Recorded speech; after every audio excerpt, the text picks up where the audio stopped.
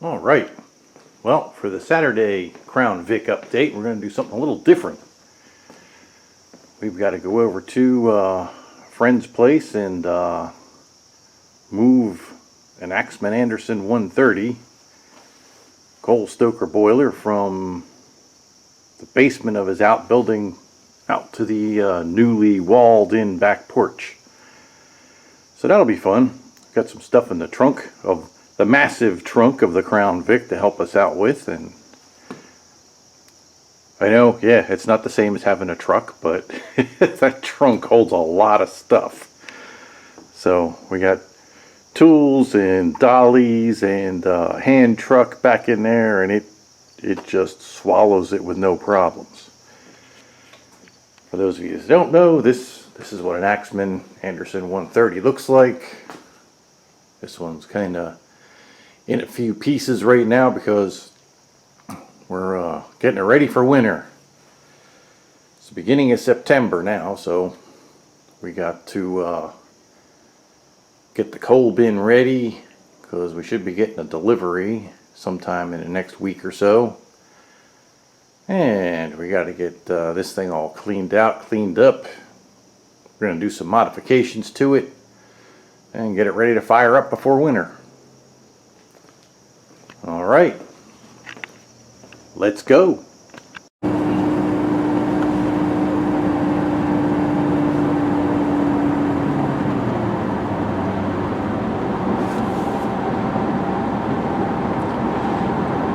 Okay, we're on our way up the road here to help our friend Jan and Sid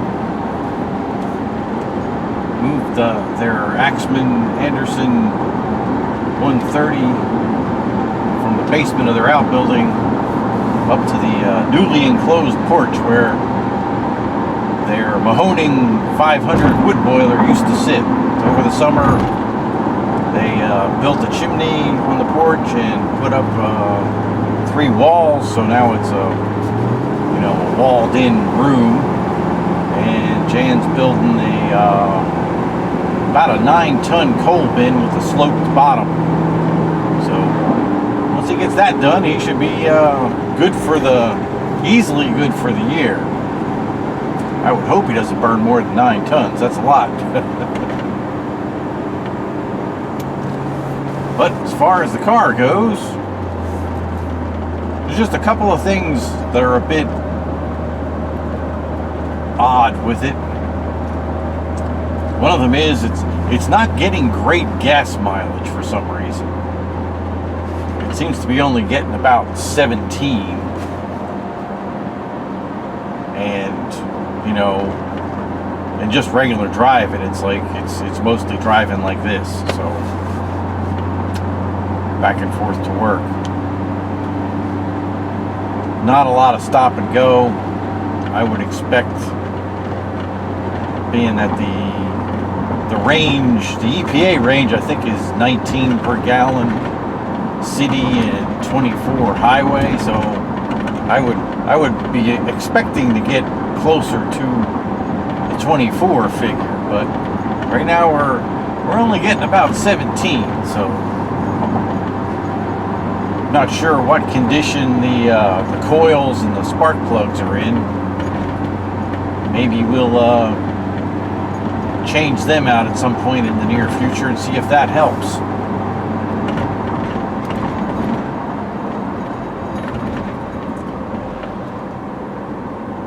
The other issue we have is the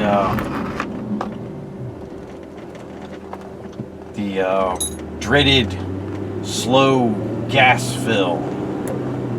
So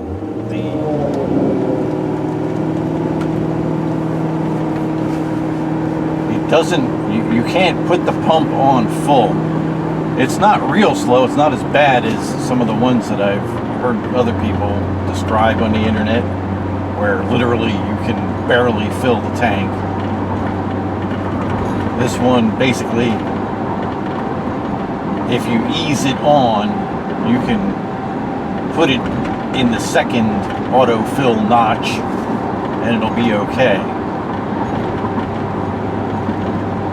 So yeah, that means that evaporator system, which is under the trunk, has probably got at least some blockage in it. So at some point we'll have to take that apart, clean it all up, put it back together. It's not bad, so it's not completely plugged, and it's probably, you know, nothing has failed in it. Like it has some kind of a switch that lets you fill it, or lets the gas escape from the tank as you're filling the tank with gas.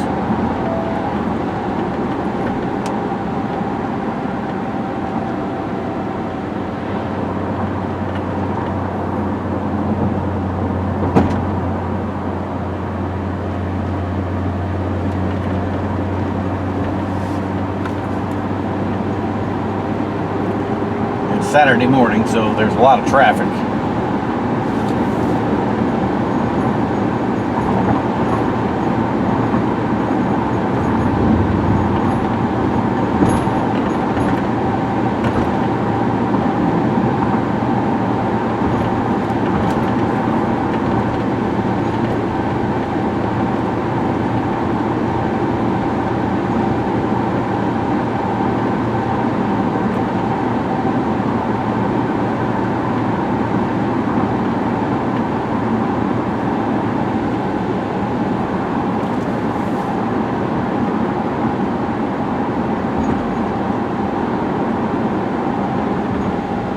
Buggies.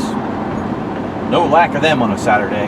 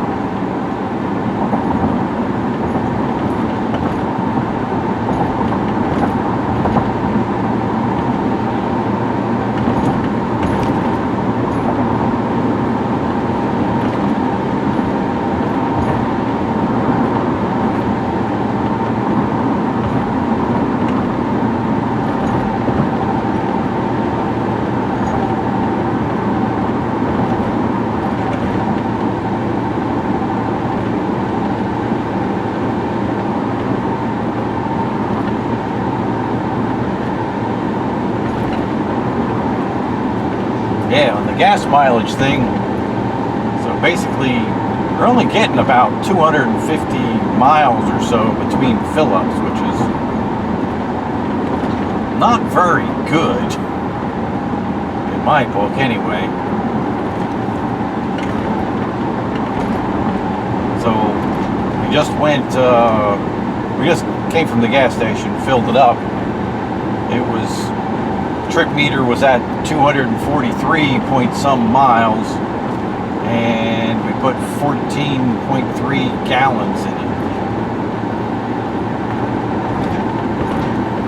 It's a 19-gallon tank, so usually at somewhere around 15 gallons I'm filling it up. So I'll do the math later of what 243 divided by 14 by 3 is, and that'll probably be somewhere around 17 miles to gallon.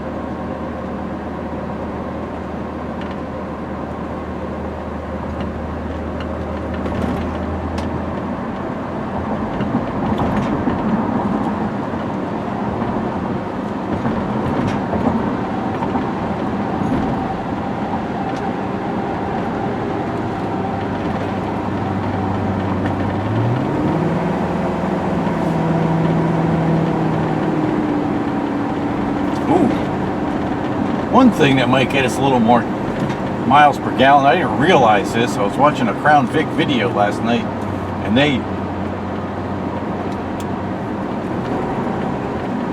pointed to this button in the end of the shifter stalk, which I didn't even know about. Oh, okay. So I just pushed it, and it says OD off.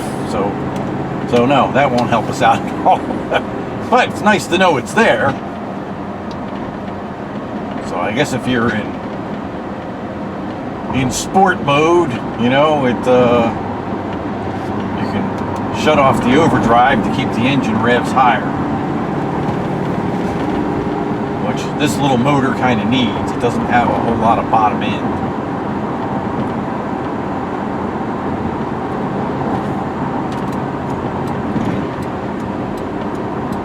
Well, it doesn't need it if you want to get good gas mileage. It kind of sucks.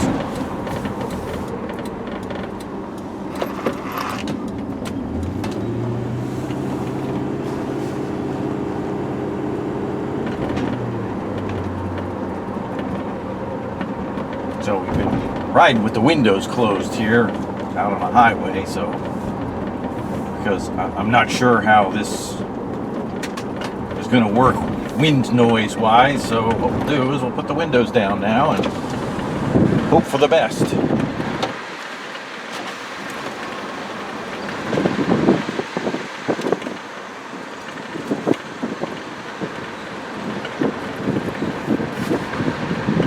is a pretty bumpy, twisty back road, which would be fun to drive on if we didn't get this pickup truck stuck in front of us.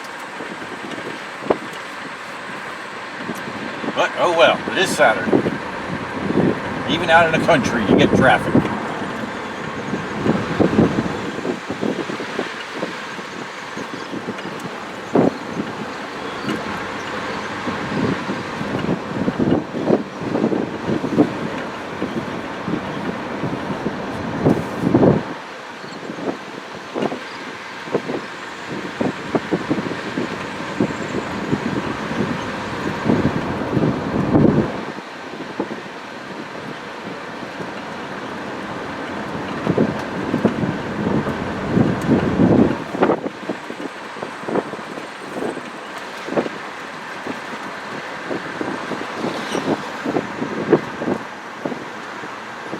Nice day out today.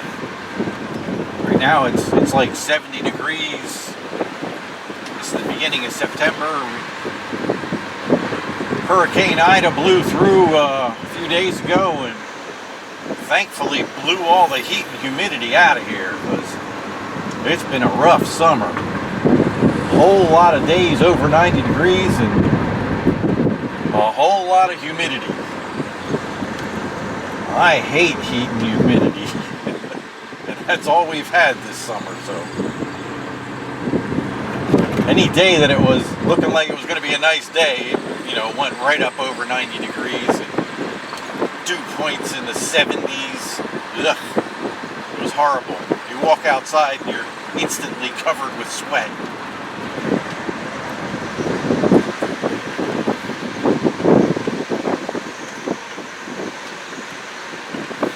Today, it's nice. It's probably not even going to make it to 80 degrees today, so, and the humidity is pretty low.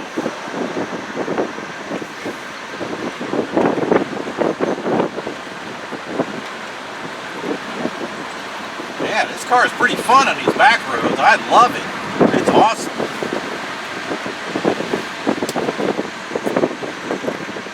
Probably be even better once we do some suspension upgrades to it, but for right now, I mean, it's good. It corners pretty flat. You can push it if you need to. I would imagine, I haven't pushed it real hard yet, but I would imagine it probably understeers at the limit, because that's usually what they set street cars for. We'll probably set it up to get it a little bit more closer to neutral, because that's what I like. And that we can probably do by just stiffening up the mountings in the front sway bar and putting a bigger rear sway bar on it.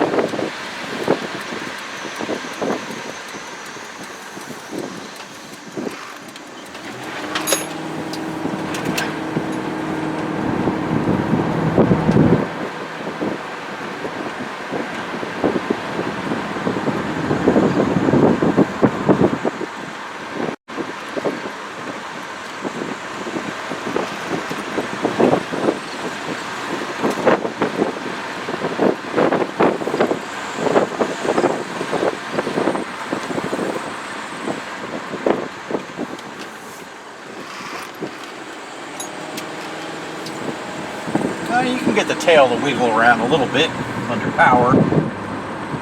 I got the traction control on now, so I probably could have got a little bit more rear wiggle out of it if I wanted to.